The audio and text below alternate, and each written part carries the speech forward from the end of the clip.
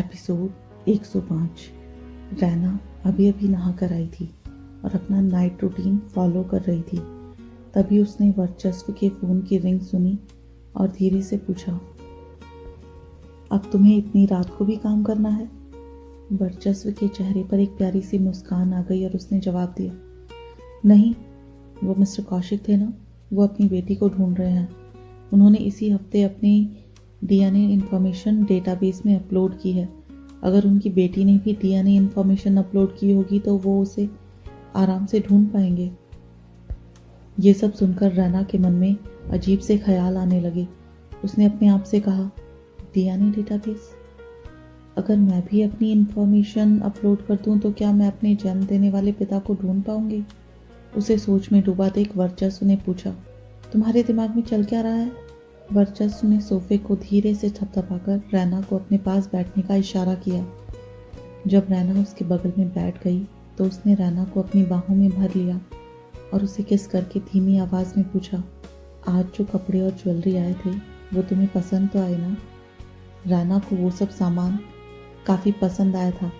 ऐसी कौन सी लड़की होगी जिसे ज्वेलरी और कपड़ों से लगाव नहीं होता? हालांकि उसे मार्केट ट्रेंड की कोई जानकारी नहीं थी। इसके बावजूद रैना को इतना तो पता था कि वो ज्वेलरी और कपड़े कम से कम 20 लाख रुपए के तो होंगे ही।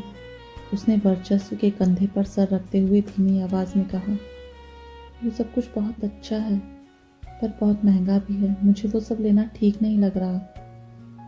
वर्चस्व ने प्यार से उसका गाल थपथपा दिया और कहा, ज़्यादा मत सोचो, बस उन्हें अपने पास रख लो। वर्चस्व ने बड़ी ही प्यार से उसका सर सहला दिया। वर्चस्व रैना को 400 स्क्वायर मीटर एरिया का ऑफिस देना चाहता था और अगर रैना चाहती तो वो उसके लिए एक अपार्टमेंट भी दिलवा सकता था। वो उसे बहुत प्यार करता था, उसकी खुशी के लिए कुछ भी कर सकता था। उसने रैना के कान में धीरे से फुसफुसाते हुए कहा, रैना, मैं एक बार फिर तुमसे प्यार करना चाहता हूँ। जब से वर्चस्व ने डीएनए डेटाबेस का जिक्र किया था तभी से रैना बार बार उसी के ख्यालों में खोई हुई थी। वो कन्फ्यूज़न में थी। वो अपना डीएनए डेटाबेस अपलोड करने के लिए बहुत बेचैन थी, लेकिन उसे डर भी था कि इस बात से दीपक और एला दुखी हो सकते थे। म्यूज़िक स्टूडियो के नीचे एक बहुत ही शानदार कॉफ़ी शॉप थी। रैना को वहाँ की अरोमा कॉफ़ी काफ़ी पसंद थी। वो जब भी स्टूडियो के रेनोवेशन का काम देखने के लिए वहाँ जाती थी तभी कॉफ़ी शॉप के अट्रैक्शन से खींची हुई कॉफ़ी शॉप पहुँच जाती थी। आज भी ऐसा ही हुआ था। सूरज माथे पर चमक रहा था। रैना अपनी ठुड्डी पर हाथ टिकाकर किसी सोच में डूबी हुई थी। तभी किसी आवाज़ से उसका ध्यान टूटा। अरे मिस शर्मा, आप यहाँ क्या कर रही हैं? रैना ने पलटकर देखा तो ललित मुस्कुराते हुए उसी की तरफ चला आ रहा था। उसने एक ढीली ढाली सी शर्ट के साथ जीन्स पहनी हुई थी। रैना तुरंत ही उठकर खड़ी हो गई और बोली, हेलो मिस्टर कौशिक, कैसे हैं आप? ललित के चेहरे पर अभी वो बड़ी सी मुस्कान थी। उसने कहा, अरे तुम्हें इतना फॉर्मल होने की ज़रूरत नहीं है। तुम वर्चस्व की गर्लफ्रेंड हो ना, इस नाते तुम मेरी भी बेटी जैसी हुई। रैना ने मुस्कुराते हुए ललित के लिए चेयर खींच दी और कहा, ठीक है, पर फिर आप भी मुझे मिस शर्मा कहकर नहीं बुलाएंगे। आप मुझे रैना कह सकते हैं। रैना का नाम सुनते ही ललित के मन में पुरानी यादें ताज़ा हो गई। वो फिर से अपनी रीना की यादों में खो गया और अपने सामने खड़ी रैना को देखने लगा। उसकी रीना और रैना में बहुत ज़्यादा समानता थी। रैना की उम्र उसकी और रीना की बेटी की उम्र के लगभग बराबर ही रही होगी। ये सब सोचकर वो हैरान रह गया। उसके मन में उम्मीदें जागने लगी और उसने पूछा, रैना, कभी तुम्हारे पेरेंट्स वर्चस्व के पेरेंट्स से मिले हैं? इस सवाल पर रैना हैरान रह गई। ललित उसके लिए काफ़ी रिस्पेक्टेड पर्सन था, लेकिन अचानक उसके सवाल ने रैना को हैरान कर दिया। जवाब देने से पहले वो कुछ पल के लिए हिचकिचाई और फिर बोली, हम अभी अभी साथ आए हैं, ऐसे में हमने पेरेंट्स को मिलवाने के बारे में सोचा नहीं है। ललित जो पूछना चाहता था उसे उसका जवाब ही नहीं मिला। उसी वक्त एक वेटर ललित की कॉफ़ी लेकर आ गया। ललित ने मुस्कुराते हुए कॉफ़ी का एक घूंट लिया और बातचीत का रुख बदल दिया। तुम्हारे पेरेंट्स क्या करते हैं?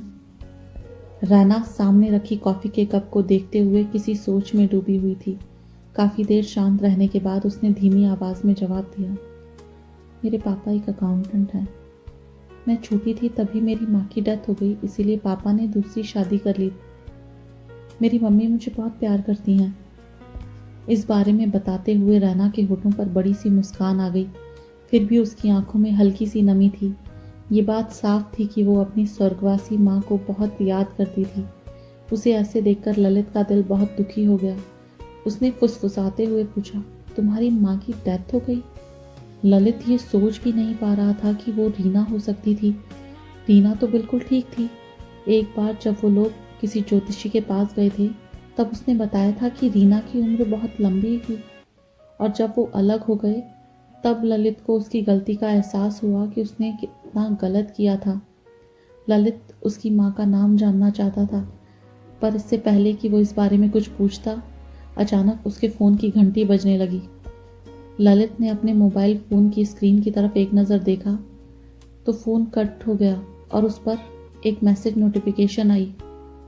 ललित ने मुस्कुराते हुए रैना को देखा और कहा, माफ़ करना, मेरी बेटी का फ़ोन था। वो अभी अभी दिल्ली पहुंची है, मुझे उसे लेने एयरपोर्ट जाना होगा। रैना ने हाँ में अपना सर हिला दिया। ललित को अपनी बेटी को लेने के लिए जाना था, लेकिन उसका जाने का मन ही नहीं हो रहा था। ललित को ये सब समझ ही नहीं आ रहा था कि ऐसा क्यों था। आखिरकार मन मारकर वो अपनी सीट से उठकर खड़ा हुआ और उसने रैना के सर पर हाथ रखकर धीमी आवाज़ में कहा, हम दोबारा जल्दी ही मिलेंगे और उस वक्त ट्रीट मेरी तरफ से होगी। रैना ने भी मुस्कुराकर अपना सर हाँ में हिला दिया।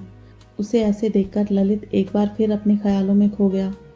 रैना की शक्ल रीना से हूबहू मिलती थी। उसे ऐसा लग रहा था कि काश उसकी माँ भी जिंदा होती तो वो उसके बारे में और ज़्यादा जानने की कोशिश कर सकता था।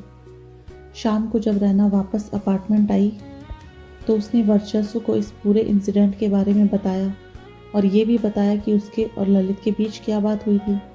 वर्चस्व मुस्कुरा दिया और उसने शरारती लहजे में कहा, क्या बात है, तुम उन्हें कुछ ज़्यादा ही पसंद नहीं करने लगी? इतना ज़्यादा कि तुमने उसके साथ बैठकर कॉफ़ी भी पी ली। क्या बात है कहीं? बोलते बोलते वर्चस्व अचानक से चुप हो गया। रैना ने इस बात का जवाब काफ़ी सोच समझ कर दिया, ऐसा कुछ नहीं है, मैं तुम्हारे अलावा किसी और के बारे में नहीं सोचती, मैं सिर्फ तुम्हें ही पसंद करती हूँ।